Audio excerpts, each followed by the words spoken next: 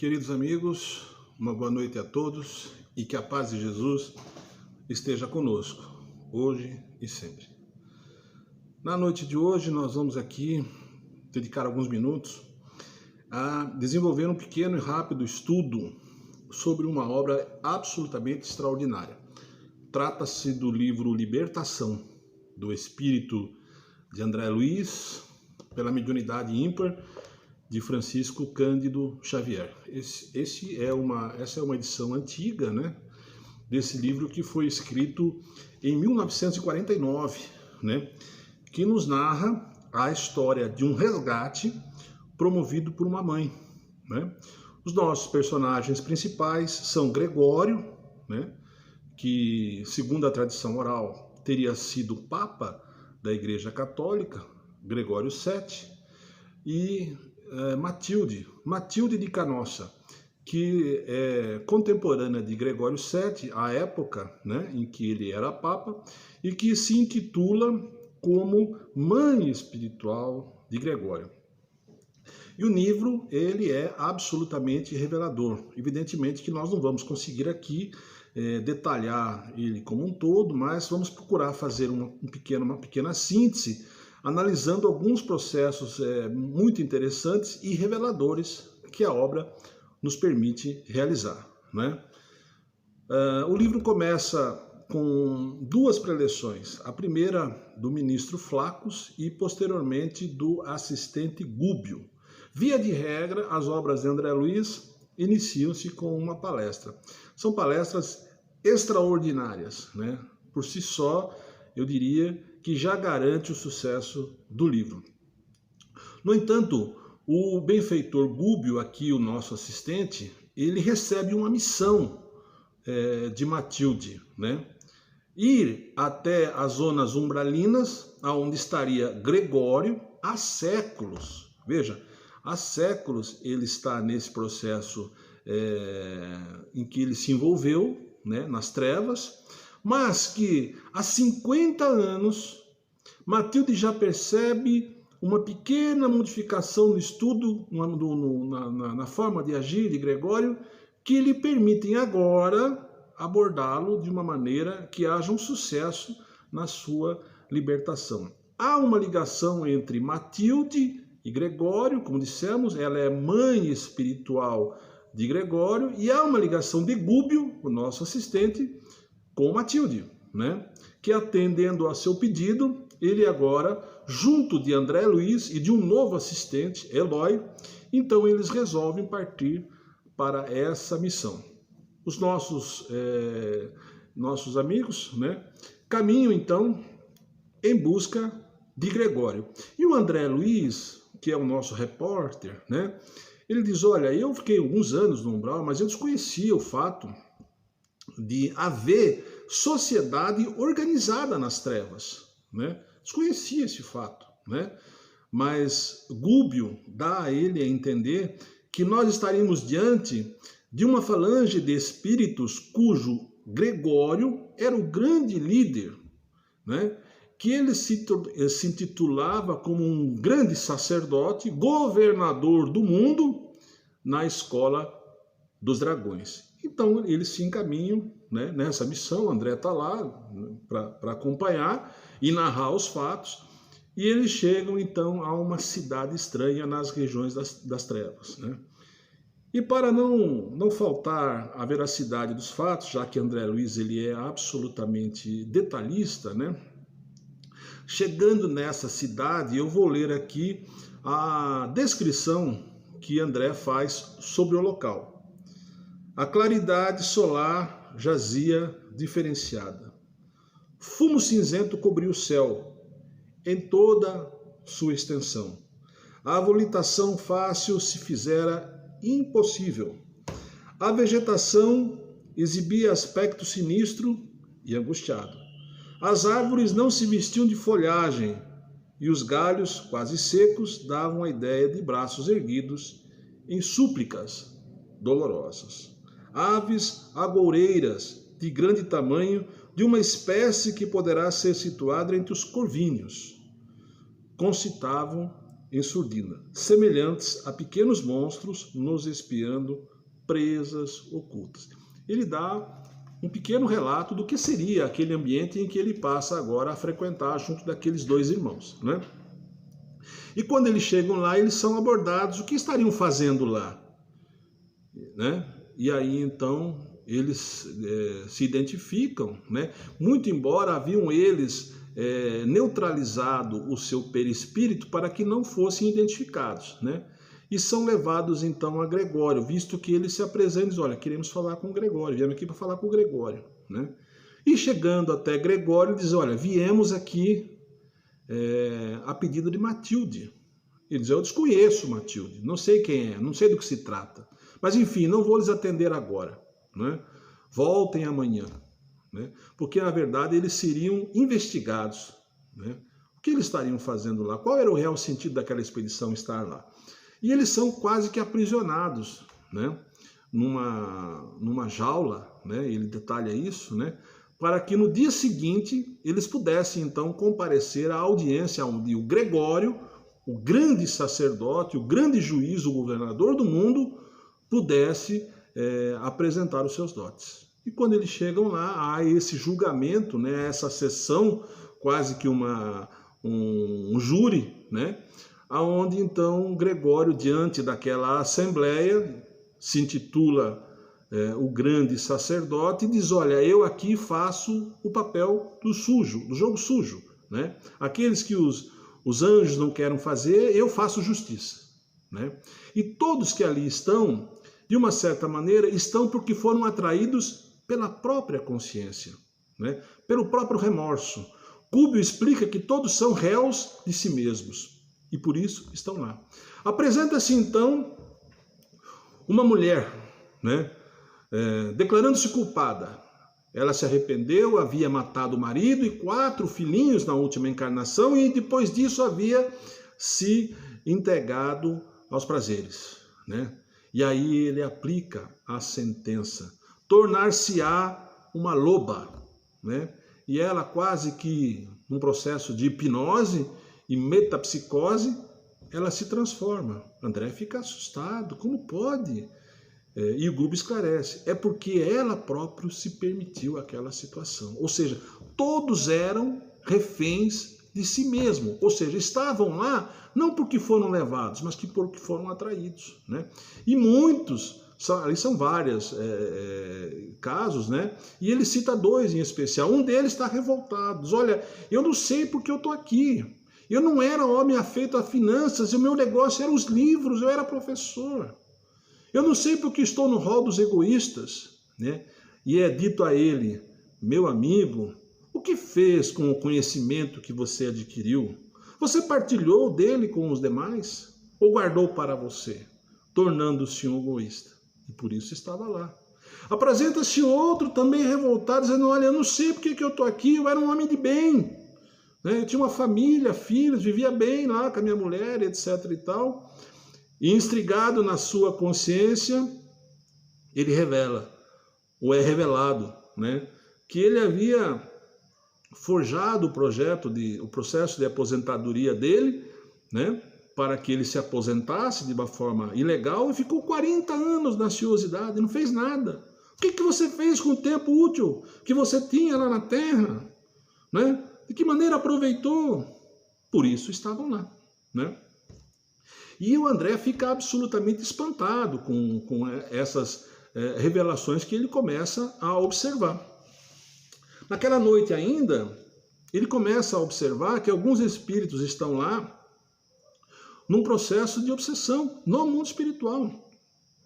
Ele consegue observar uma senhora que está desencarnada com o perispírito totalmente dilacerado, né? E junto dela a presença de 3 ovoides, que era algo que ele nunca tinha visto. Então Gubbio esclarece para ele, André, esses ovoides são espíritos que perderam o seu corpo perispiritual, imantados que estão ao crime. Eles estão ligados a essa mulher num processo praticamente de subjugação. Perderam o seu corpo perispiritual, né? O que ele define como segunda morte, né? Também é uma revelação muito interessante que o livro nos traz, né? E explica que aquela senhora teria que reencarnar compulsoriamente e receber aqueles que hoje são os seus verdugos como filhos, para que esse processo pudesse se reparar, né? Nas existências próximas, muito provavelmente. Quando são levados até Gregório, né, para que fossem interpelados, Gregório diz a ele: tu me falaste um nome. Sim, Matilde. É por conta dela que nós estamos aqui. Viemos interceder por Margarida. E ele fica surpreso, né? Gregório fica surpreso. Margarida era uma pessoa, uma senhora, uma moça que estava encarnada e que ela tinha uma missão aqui enquanto encarnada, que era receber, né, como mãe, espíritos de alta elevação que precisariam reencarnar. Mas ela estava sendo obsediada por aqueles governadores do mundo, chefiados por Gregório, né? Então o Gregório diz: não, é tarde demais. Ela já está num processo de saturação, né? E explica que Margarida, encarnada, ela estava sendo obsediada por 70 perseguidores, né? E que o objetivo era levá-la à morte de forma lenta e gradual, levando inicialmente à loucura para que ela pudesse desencarnar. Gregório tinha ódio de Margarida e havia destacado um grupo para que fizesse esse trabalho. Então o Gúbio diz: diante desse fato, permita, né, que nós possamos acompanhar esse caso em seu nome, para que possamos identificar o problema, né? Recebe a autorização e eles são levados até a residência de Margarida. Quando eles chegam lá, eles veem aquele quadro absolutamente trágico, né? A moça encarnada, deitada, num processo de depressão, né? Sendo obsediada por 2 espíritos que estavam ao seu lado, magnetizadores, e uma série de ovoides, né? E aí o chefe da expedição se apresenta, nome Saldanha, e diz: olha, o que vocês querem aqui? Nós viemos aqui, revelam a senha que haviam recebido para acompanhar o processo de desencarnação. Segundo Saldanha, ele falou: olha, isso é coisa de tempo. Mais alguns dias e ela já vai ser internada numa casa de saúde e não tem mais jeito. E aí eles começam a se inteirar daquele processo. Nesse momento entra o marido encarnado da Margarida, dizendo: Margarida, vamos à missa, né? E ela: sim, vamos. Então resolvem eles ir a uma missa católica, né? E aí ele começa também a narrar esses fatos. O livro ele é absolutamente revelador. Evidentemente que nós não vamos conseguir aqui dar todos os detalhes, né? Mas alguns aspectos mais importantes a gente procura salientar. Em especial nesse caso, todos eles se conduzem à missa, né?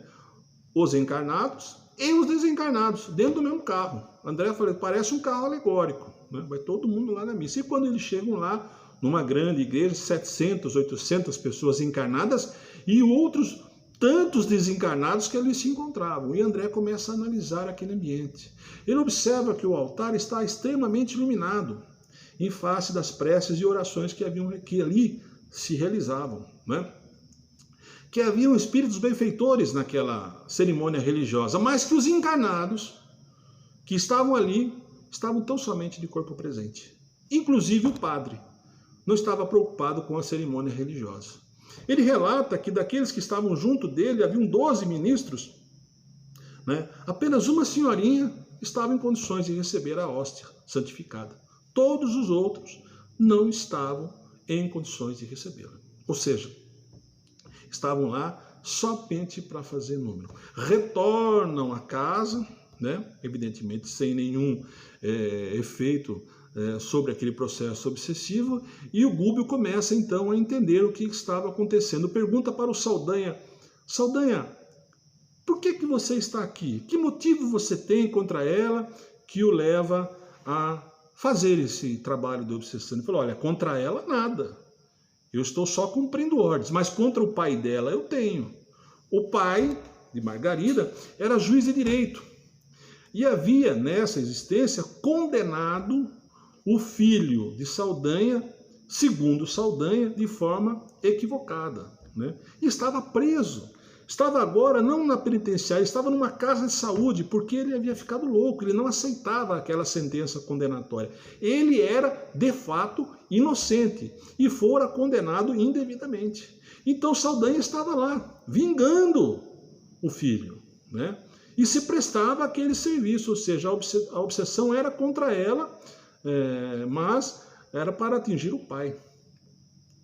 E o Gúbio então quer entender um pouco mais desse processo. E eles vão até aquela casa de saúde onde está o filho do Saldanha, e ele observa que junto dele, caído na cela, há duas mulheres. Uma é a esposa, ou a ex-esposa, que havia se suicidado. E a outra a mãe, que também havia morrido, desencarnado, num processo de doença, né, por conta daquela situação. E estavam os três encarnados e as duas desencarnadas ligados uns aos outros. E aí o Gúbio diz a Saldanha: permite-me fazer uma oração por eles? E aí ele fala: tu crês nisso? Sim. E aí então, fica à vontade. E aí o Gúbio começa a fazer uma oração, está lá no livro, absolutamente extraordinária. Diz ele: aqui, Senhor, quero orar pelos perseguidores, né? E aí ele narra, faz aquela oração extraordinária. O Jorge, que é filho, que está encarnado, começa a se sentir melhor, ele é magnetizado por Gúbio e começa até a se levantar e se desprender daqueles dois espíritos que estão ligados mentalmente a ele. O Saldanha fica absolutamente impressionado, porque ele nunca conseguira nada. Ele estava lá e nunca conseguira nada. E o Gúbio esclarece que a reparação só se dá pelo bem, jamais pelo mal, né? Esse era o grande problema. E convida a todos a fazer uma reunião naquela noite, na casa de Margarida, em desdobramento com todos os envolvidos, para que toda essa situação possa ser esclarecida. Vão fazer uma DR, né? Naquela noite. E aí então ele explica a situação. Aquele que hoje era juiz e havia condenado o filho de Saldanha fora seu irmão numa encarnação anterior. Ele era senhor de escravos. E Jorge era irmão dele por parte de mãe e também era escravo, né? E ele, Jorge, havia cometido um delito contra o filho do juiz, né? Cometido um filho. E agora ele estava com o poder da caneta naquele processo de vingança. Condenou-o indevidamente, né? Nesta encarnação, muito embora o delito tivesse acontecido na outra, vejam só, né? E o Gúbio esclarece: ninguém foge à lei, ou nesta ou em outra existência. Ou seja, aqueles espíritos, eles estavam ligados uns aos outros de encarnações anteriores, reparando situações kármicas que haviam comprometidos em suas existências, né? Todos eles são esclarecidos e o juiz é orientado, em desdobramento do sono, a rever aquele processo, porque ele havia condenado um inocente. E mais, acolher a família daquele senhor, inclusive a filha, né? A filha dele, porque seria ela quem a ampararia na velhice, né?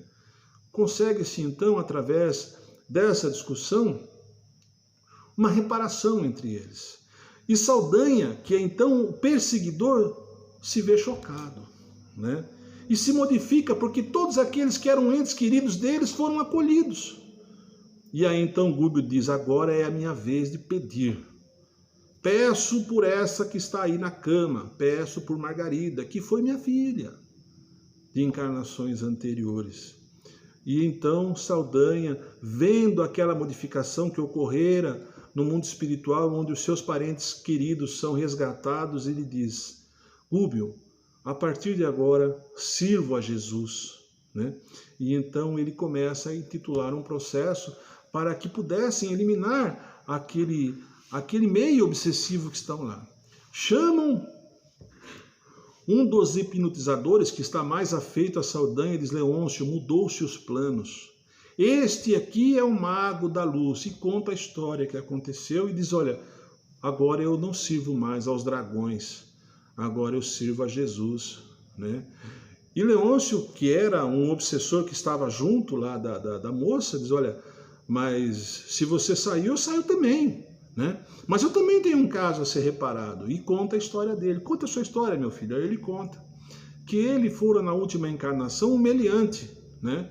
E que desencarnara e deixara alguns bens materiais para a sua mulher, que ficou aqui com um filho recém-nato.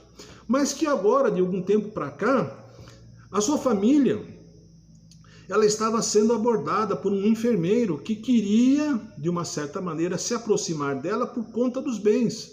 E até aí ele não estava incomodado. No entanto, esse enfermeiro estava envenenando o filho dele, que segundo ele era a única coisa que ele estimava nesse mundo, que ele tinha esperança inclusive de voltar e poder ajudá-lo e ser ajudado, enfim, ele não aceitava, né? E também em desdobramento do sono, naquela noite todos se reúnem, porque aqui há uma revelação muito grande, né? Quando então ele pergunta, mas aonde é? Quem é o camarada? E ele fala o nome do sujeito, Fabrício de tal, o enfermeiro. E o Eloy, que é o companheiro do André Luiz nessa encarnação, nessa jornada, perdão, nas outras era o Hilário, vocês se lembram, agora está Eloy junto dele, diz, mas esse é meu irmão, como pode? Né? E eles vão até a casa, né, do Fabrício, né? E em desdobramento do sono, explicam para ele que ele está cometendo um ato criminoso que vai comprometer a sua existência, né? E que a partir do momento em que isso aconteça, ele vai contrair um débito que ele terá que reparar, né? Ele fica assustado porque ele vê aquela reunião acontecer e então pretende se modificar. E aí acontece um fato muito interessante, porque o próprio Eloy é encarregado de conduzi-lo ao corpo físico, a devolvê-lo ao corpo físico, porque ele estava dormindo, né? E aí o acorda magnetizando os olhos para que ele o veja, né? E aí ele diz, olha, se continuares nesse caminho, né, irá adquirir um grande problema para a sua existência.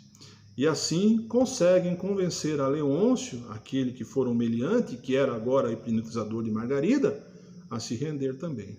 Faltava, no entanto, o outro, Gaspar, né? E para isso, então, eles acabam induzindo o esposo a levar a mulher, Margarida, a uma sessão mediúnica, né?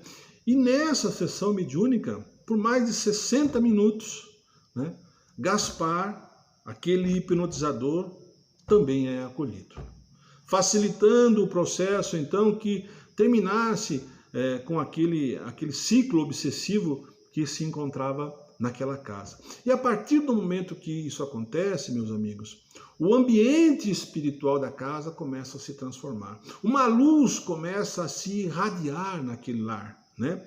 E aí há um fato muito interessante. Muitos espíritos que estavam perdidos, aí vagando, eles são atraídos. Eles são atraídos por aquela luz e começam a se achegar, né? E aí Gúbio diz, né, para um dos seus assistentes, olha, todos podem achegar, mas somente aqueles que querem se reformar vão ser acolhidos, né?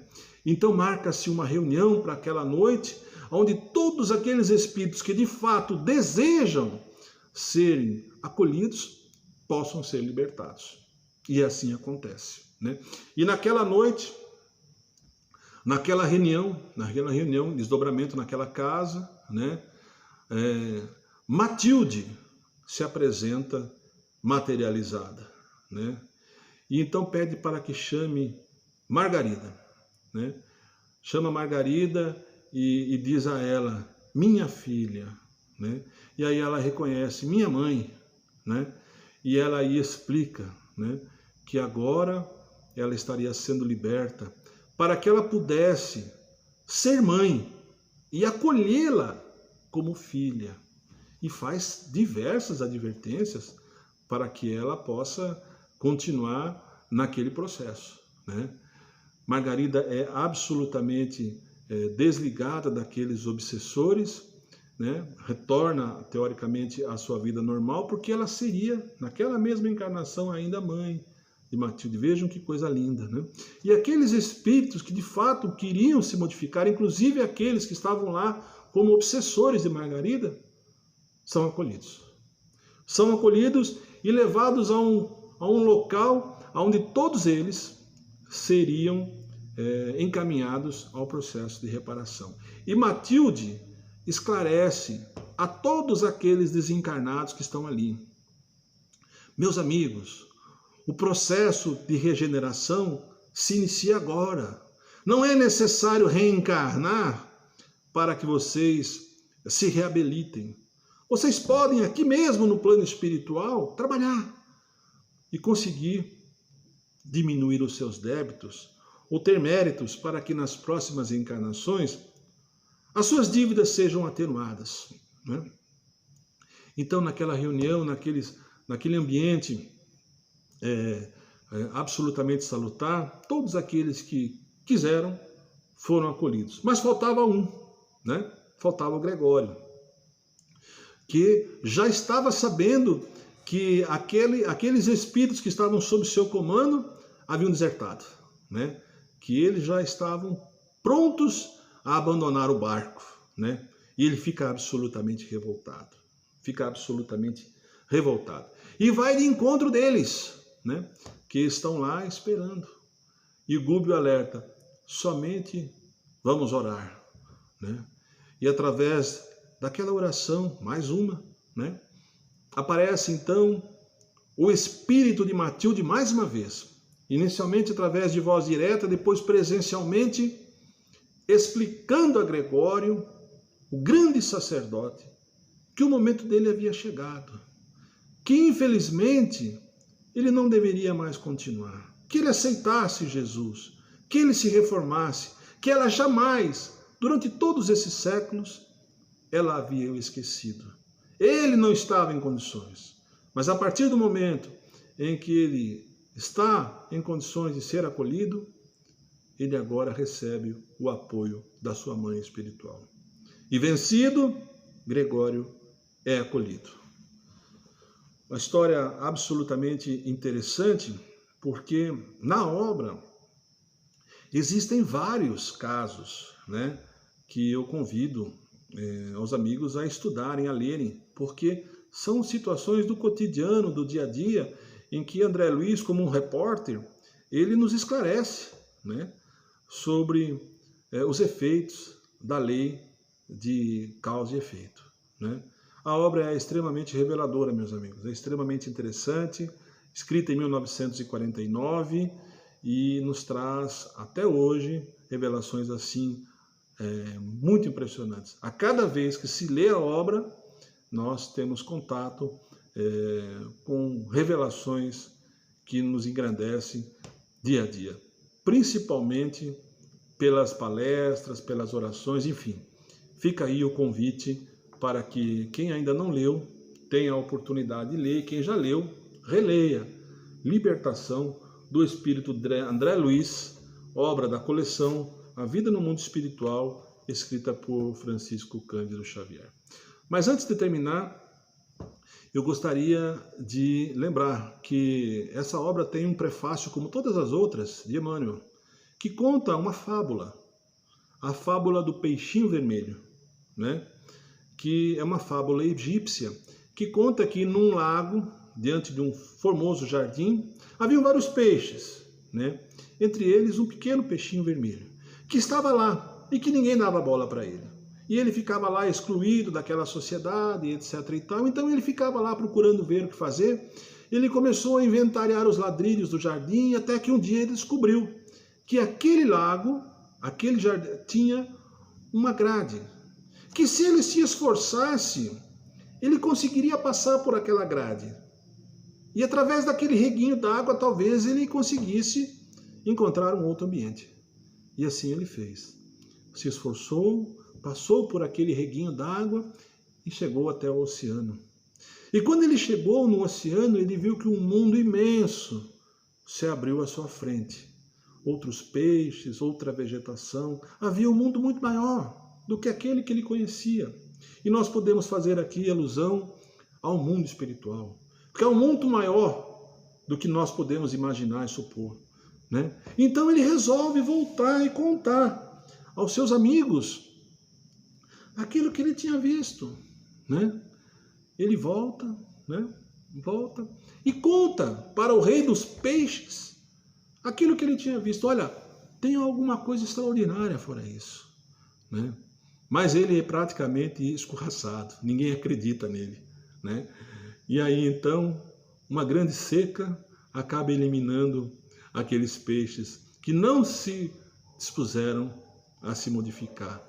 É assim a vida, meus amigos. Nós estamos hoje aqui, mas há um mundo espiritual muito maior que está junto de nós, que nos convida a aprender, a estudar, porque nós estamos aqui somente de passagem, num processo de evolução, como nós vimos nas obras de Chico Xavier, em especial nessa que nós estamos estudando na noite de hoje, né? Então, eu reitero o convite para que possamos poder compreender as nossas limitações, as nossas deficiências. Todos nós erramos, todos nós, de uma certa maneira, caímos, né?